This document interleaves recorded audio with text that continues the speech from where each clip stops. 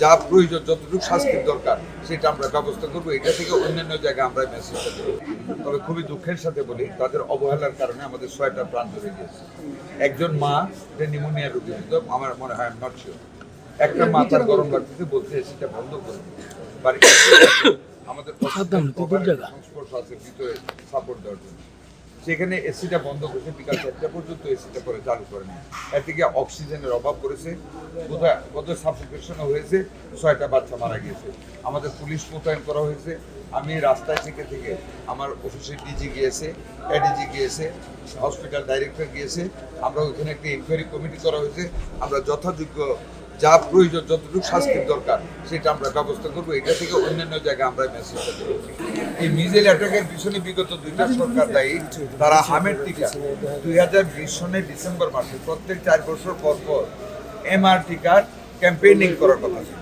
2020-এর ডিসেম্বরের পরে তারা সেটা করেনি, যেই কারণে আমাদের উপর এসে পড়েছে গত 17টি বছর ফেসিবাদের আমলে এবং তত্ত্বাবধায়কের সময় এই দেশের স্বাস্থ্য খাতে বরাদ্দকৃত টাকা লুটপাট করেছে।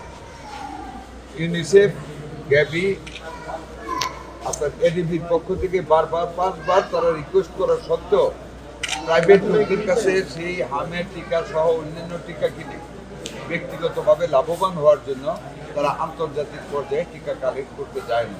ট্রিমেন্ডাস অভিযানে যান। আমি আপনার সাথে আগে আপনারা পার্শ্ববর্তী ক্লিনিকগুলিতে আপনারা অভিযান করবেন, যেখানে রিয়েল প্রফেশনাল ডাক্তার না পাবেন, যেখানে আমাদের লাইসেন্সের কমপ্লায়েন্স না পাবেন, যেখানে উল্টাপাল্টা। ইনশাল্লাহ এবারের বাজেটে আমাদের মাননীয় প্রধানমন্ত্রী দেশের স্বাস্থ্য সেবার খাতে 2য় বৃহত্তম বাজেট আমাদেরকে দিচ্ছে। ইনশাল্লাহ ফ্রম দ্য ডে 1 জুলাইয়ের 1 তারিখ থেকে আমরা সকল হাসপাতালে, যেমন এখানে ডায়ালিসিস পেশেন্ট কম, এইগুলি সহ আমরা সকল এমিউনিটি সকল হাসপাতালে আমরা সরবরাহ দেওয়ার জন্য আমরা চেষ্টা অব্যাহত রাখবো।